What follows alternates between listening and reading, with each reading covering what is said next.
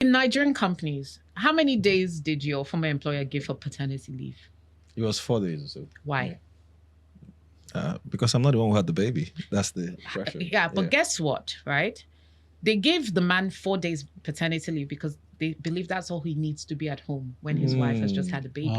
Whereas if they saw it as marriage is a true partnership, why do you give the woman 3 months off and the man gets 4? So actually, inadvertently, the companies are the ones who are... And I'm not saying they should change it to 3 months. Because, you know, in Nigeria... I'm not saying... No, but in many other countries, they might give the man almost as much.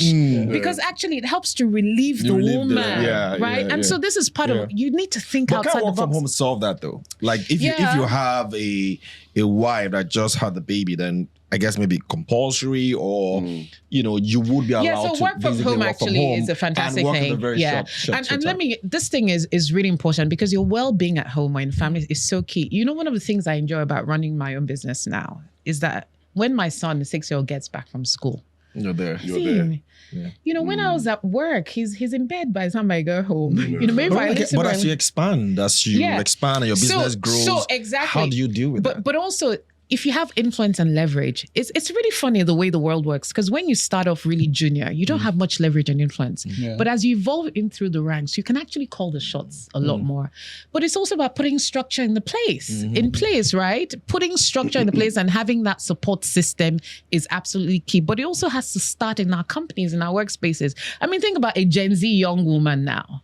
Seeing all she's seeing with her aunties and her mothers, will she want to put herself through working for 12 years in a big multinational somewhere? But some people are thinking outside the box. I heard the story at a conference where all the women screamed in the audience, where this multinational HR lady was talking about the fact that for their female employees who've just had babies and come back to the workplace and they send them abroad, they actually pay for an au pair nanny. So let's say I go for a conference in Malta to speak on oil and gas, and I had my baby 6 months ago and I'm back at work and I need to take my child with me. They will pay for childcare in the country so that I can take. And everybody was screaming and shouting because this thing has never been done in Nigeria.